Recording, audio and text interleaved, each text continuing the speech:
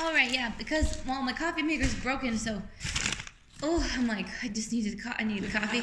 So then I was like, this is lovely. I can have a box of coffee. It's just great. Okay, so welcome back, and I just wanted today we're going to talk a little bit about the liver function, pancreas function, and then just basic overall health. So basically, we are what we choose to get uncomfortable for.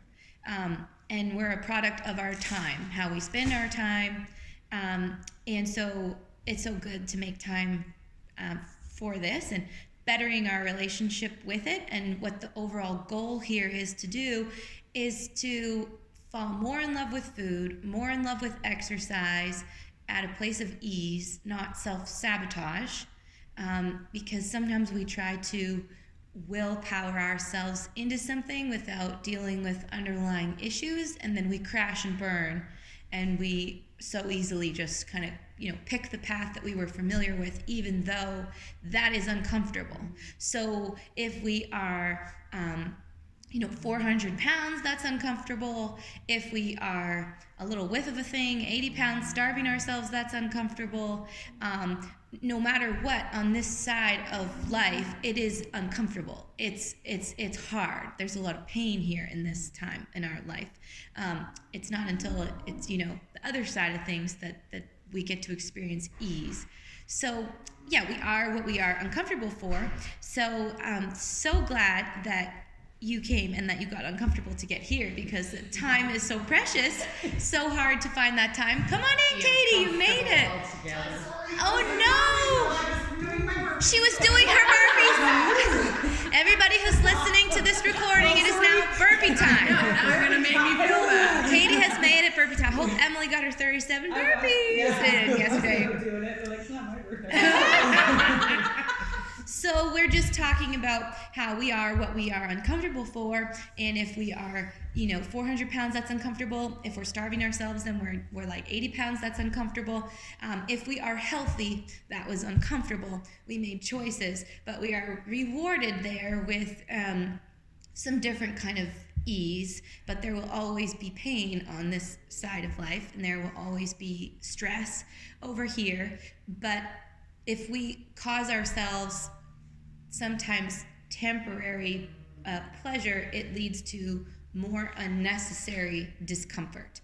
But if we are a product of what we do with our time, and we chose to get uncomfortable and get up and work out and make breakfast, then we are going to be a product of that. And that is going to experience more joy, more playfulness, and that will actually have more time, will be more efficient from that state. But it's not easy, and that's why we sometimes bail, is because we're looking for ease. And so there's always going to be the next carrot dangled that is a temptation to us that we need to, be ready to say, no, I'm not going to take that easy way out. And so often in places of our life, we make this choice by when somebody calls us and says, you've won a cruise, we hang up. One time I did not hang up. Naively, I did not hang up. I was like 17, and I was like, Matt, guess what? I gave him your number because I feel like you'll be better at this decision making than me. But we're going on a cruise, babe. Like, we're getting out of here. And then he had to deal with a very uncomfortable conversation as your captain kept on calling him. And so, that easy choice led to a lot of uncomfortable conversations. And why did you ever give them my number? So it's a trap. And then often that's money out. And then there's something that happens between, if a person is in a relationship or marriage, there can be a division. And anytime that we have division, it is just going to be harder. So anytime that a woman or a man has poured out money into something that was a carrot that was dangled, it was not for your overall benefit. It was for whoever was dangling the carrot's benefit. So the way around this is we really need to fall in love with our why we want to do this, with where do we have to accept we will be uncomfortable and we will not know all of the answers, but we have to be wise with that. And instead of seeking easy, we have to choose our discomfort, because that is such as our life. So we really need to fall in love with food and exercise, and what do we want to do with that? Like our purpose can spill from that place. It's like the closest place we can get to thinking clearly, and from that, suddenly our next move in life becomes with a little bit more ease, if that makes sense. So what happens when we fall in love with our food, our relationship with exercise? It's your blood pressure is lower. You actually feel less pain. When you are in love, you feel less pain. You feel less stress. You feel like you can think more clearly. And that's how you know you've hit the jackpot in that place. So when you're in a place with your food and you're getting a little bit, you've gone through the discomfort of I'm going to prepare the food, then you can, and then enjoy it. Does that make sense? So, oh boy, this recording might be entertaining. Good background. Yeah. So, that is where we're going to talk about today. And so we know when we're just making the recording. So welcome. We'll catch you up in a second. So that's so good. I'm glad you came. That's so good. So did you do your burpees? Not yet. Girl, you got it. Oh, you good. Thank you for eggs. Thank you so much. I have not done them yet. Go ahead. I was like, I got this out today. I owe you one more $1. Here's $3. No, that's but, fine. Anyway, so we'll just keep this one short, and then people listening can catch up with the basics, and then we'll jump back in. But okay, so when we've come to that place where we know that it is a place of love, and that becomes our familiarity to fall back onto that, it becomes more easy to choose that, because it's like euphoric. It's that this is coming from a place of love, which is why we don't want to live rigidly, which is why we want to always enjoy our favorite things, and that way they are less of a temptation if we can have them. Right. So we don't want to set ourselves up to fail, and that's why when we are being told anything like this is good, this is bad, or we find ourselves justifying food, or we find ourselves settling, you will set yourself up for failure. And not only that, but all the people witnessing what's happening to you, there's a different energy being set out that's not your true self, not your true purpose. So that's how we know when we really hit the jackpot with that relationship, which doesn't mean that all of a sudden it becomes easy, but it means we know the truth. So we know the truth of our food relationship, and we know the truth of our exercise relationship, and then we have built this thing that we can come back to, which becomes more easy. And then you can go on vacation, and you can really enjoy it, and you didn't waste any minutes of it in shame, in unnecessary pain. You're a product of your time on that vacation, and you can really have a great time, and you won't feel that you need to unleash because you haven't been living in such temptation. So you won't need to go and have an abundance of things that maybe you wouldn't normally have. You can have a wonderful amount of them and feel settled and content with less because you're not living rigidly. So that's why we just really want to be aware of we can see through the truth of it. If something is promising that your captain is calling, you're going on a cruise, no, you're not. If it's too easy, that means that we're going to be getting uncomfortable in a way that actually won't serve us. Because remember, the discomfort is a part of life. We will be uncomfortable, and we need to wrap our head around that and accept it, and then choose where do we want to pour that energy out. So I once did this program called Grind to Glory with Money, and it was helpful for bettering my relationship with money, but it was also really helpful for me to understand what to watch out for, because the principle of the thing was that you won't have to work very hard anymore, and that money will come with ease. But that's a load of crap, because we need to work hard. So here we're looking for easy, and that really everything I learned, and I learned a lot of good things, but everything that was kind of being taught, I learned that I am going to need to accept that if I want to save money, then I have to save money. It doesn't matter how much I think about saving money. I have to physically keep the money and not spend it on frivolous things. And so I had a situation where I was uncomfortable with it. I felt I needed to give it away. I was like, if I won the lottery, like I still today would want to give a lot of it away, but I have come to a place where I would be secure in my worth, that I could keep some of it and do something nice, for myself, because I understand that. But for me, my relationship with money was give it away or spend it. I was uncomfortable to have it. I just was like, spend it on the next thing. It was like when we were first married, somebody gave me a Victoria's Secret magazine. And it became a habit that I thought every month I needed to buy this. And I was like, look at this woman in this bikini. Like, I'm 19, I'm married, I've got a visa now. Lord. It's the greatest thing. There is a young little sinner with a $5,000 visa on the loose with 30 bikinis that she will never look like that model in, because she did not spend that money on plastic surgery. She spent it on bikinis. So then I needed to really get a grip and then look at this is where you've put your money, so you are a product of your bank account because this is where you chose to put it. So if we want to change our relationship with food, we must stop chasing the carrot that has been dangled of what will be the easiest way for me to do this. Because if you look at your life and the things that you're proud of, you didn't get there with ease. You grew, all of you have grown children. It was not easy. And that child is a product of patience and waiting and time and growing that child. And then you went through one of the hardest things to go through to get that person here. And if you look at your businesses, you did not get there with ease. It was a lot of hard work, and then you're proud of it. So if we're chasing the dangled carrot and we ever got something that was easy, we would never be proud of it. And when something we're not proud of, we can't keep it, because we protect the things we're proud of. So we want to build a relationship with food that we want to protect, so that it's sacred, so that food time with family is sacred, that campfire time is sacred, and that way we're not living rigidly. So there is less to crash and burn when we're in a time of what we should or should not be doing. The line is just, because there's always going to be the next season coming down the barrel. So if we say, well, it's Halloween, wow, it's this, wow, it's this, then it's always ease, and then it ends up being like this self-sabotage wheel. So if we want to save the money, we have to save the money. If the goal is to lose weight, then we have to put effort there. It doesn't matter how much we think about it. We have to take action behind that.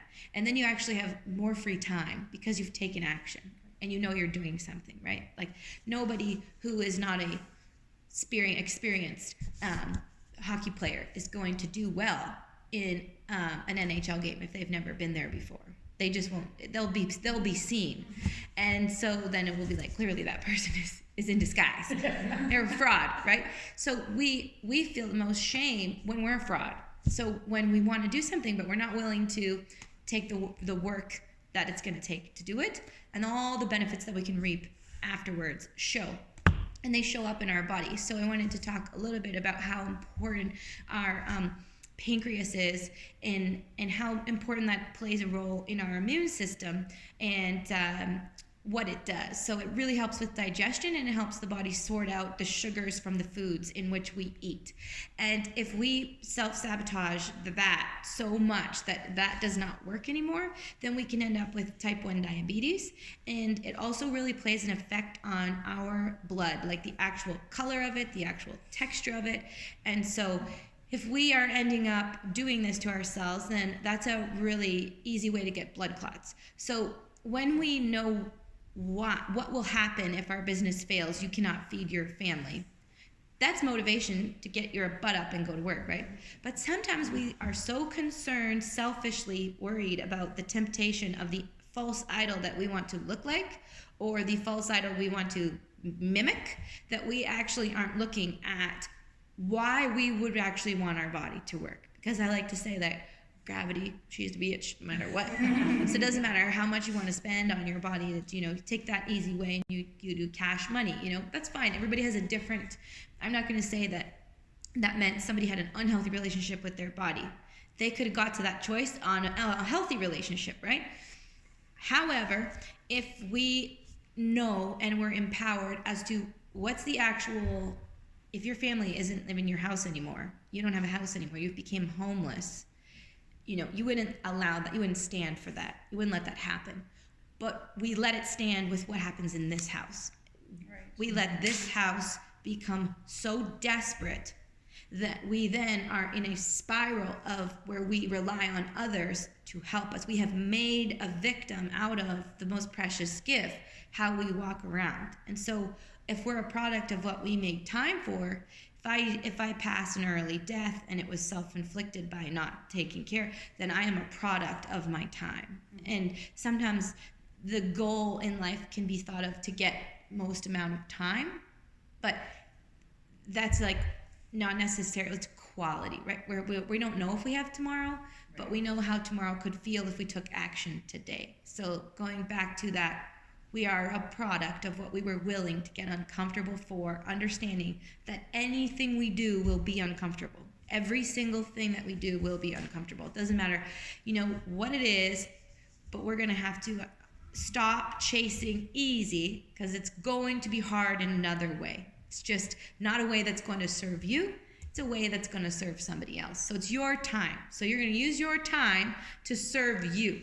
So when your body is going through that process of sorting out this sugar, if that becomes a backup, what happens to the blood is if you don't have enough oxygen in your blood, you're going to feel really fatigued, and the more likely you are to search for ease. The more like the next carrot, you have less energy. So you're like, now I need an even quicker fix, right? So then that's how it can spiral over to trying so many things, right? And sometimes we want to be like, it worked or it didn't work. We can be so blunt with it. And when we all know when good things happen, they really take time. So yesterday I was teaching Sunday school, and then we had 4 beer caps, and because I don't have any other cap. And then we took the eggs and we put them on the caps, and this was the lesson. And so then you take a book and you put it on the eggs, and if you take that book and you smack it on the eggs, it's going to break right away. It's a real mess. And then you think, oh, that didn't work. So you get another egg and you put it in another book and you smack that, and it doesn't work, right? So that's what we do to ourselves. But if we take the eggs and we put 4 of them there, we slowly, nobody touches the table, and we put the book on top of it, and we're patient, and then we can add another book. Then we added 16 books on top of them 4 eggs before something started to crack, And so if we're going to really do this, then we have to understand that good things are going to take time. So this is that's why there's no limit on it. Some people are wondering, like, well, what is this even happening? Like, how many weeks are we doing this? Like, everybody wants Everybody sees everything getting canceled. Everybody wants an answer. Yeah, that's another thing. And that's why good things take time. And so, like, every single week that we go through this, like, personally, I don't need a timeline on it, but I would really, because everybody's going to have a different amount of timeline. Like, everybody's going to have a different amount of timeline to build that. Because for some people to really be trusting, they're going to take longer time to put that next book or whatever it is they need to surrender about their food and own their shit. Because that's the other thing. When the carrot's dangled, we're looking to set up somebody to blame. Well, Beachbody failed me. Well, Like, we can easily become a victim of ourselves. Well, that doesn't, And when we talked about what works for me, well, if you were under eating and you didn't have energy before, then what works for you is making sure that you're getting enough food, making sure that you're getting enough of what you need in a day, and paying attention to how you're feeling so that you can add to that. If your goal is to lose some weight and you want it to be gone forever, then it can't be like, I put 3 books on, great, now, we don't want to have to keep living our lives starting over, because a great marriage is built over time of all the ebbs and flows, but you're gonna be married. Like, that's the end game. You're gonna figure that out, whatever it is, So sometimes there might be more space between when somebody puts on a book or not. Sometimes people need to put it on, and then they need to go without it and see, what am I missing? Like, sometimes when somebody gets life busy and then they can't make it somewhere, they have to make a choice to recommit. So then you're choosing to put that energy into recommitting. But the longer you play the game of, well, it's not working for me, it's been 6 months and something isn't working for me. 6 months is nothing. It's absolutely nothing. So somebody gets married and then they're going to quit after 6 months. Do you have a lot of respect for them? Did they put it, like, I'm sorry, but 6 months isn't too mad. You know? Like, I mean, it all depends on what happened and circumstances and sometimes, you know. However, I'm with you. I'm pretty much going to jump to the conclusion and then pray about it that I should not have said, I want my gift back, but I'm going to say that. But I'm going to say it. You think the gift they get for the second wedding? I'll be saying that, you know, I'll be saying that. And then I'll be like, oh, okay, I'll have to think about that. Yeah. And I still have to have grace. But if you really want, like, a long time lasting result that isn't about image, that's about soul, then it's going to take time. Good things take time. And so if we're really going to do that, then this is going to just kind of go on for, you know, a while. Like, I think we plan on a year of just recommitting and refocusing on strengthening that relationship. Now that goes, I'm personally am afraid of commitment. For somebody who's being such a great wife, damn was I a good wife. Like, I love being a wife, and I was so committed. But little commitments, like, you know, if I meet somebody and then they're like, oh, well, you know, when you meet for coffee, I'm like, oh, God, do I have time for another friend? And then I pray about it, and then I'm like, of course you do. And then you make the time, and you're like, okay, I'm not so scared anymore. But setting up, like, things, I get a little flabbergasted, like, being like, okay, I'm gonna do this, and then that means this is my Tuesdays, like, the kids doing skating on Tuesdays and Thursdays. I'm like, well, it's uncomfortable, like, you know, but you make it happen, you do it. So that means that knowing that, you don't get to say, well, in 6 weeks I can go back to having sidekicks at midnight again, you know, or whatever it is, like, whatever the thing is, whatever the vice is, it's not over. Because a good marriage isn't over. Like, it's not over. Like, your children and your relationship is not over. So we don't want this to ever be over. We want to take it with us throughout our life so that we can enjoy it and genuinely buy our favorite whatever and really enjoy it. And because we did, we don't need to eat 5.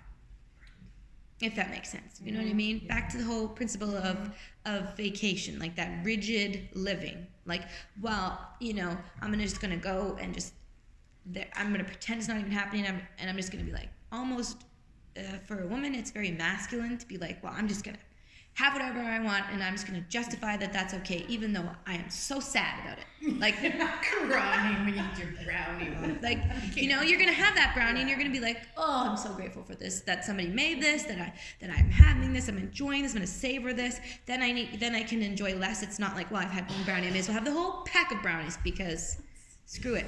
Yeah. You know, we don't want to go back to screw it. We want to go through it. So we're going to take it with us. So that's why I wanted to really talk about the pancreas, because there are things in our bodies that will just be shot, and nobody wants to have to give themselves insulin if they didn't need to. Like, if you were born and your pancreas is working great, it's an insult to it to actually be consuming so much extra added sugar, and then that level of fatigue within the body that you're causing, training your brain to look for more ease. It's a trap, right? So then something else that I wanted to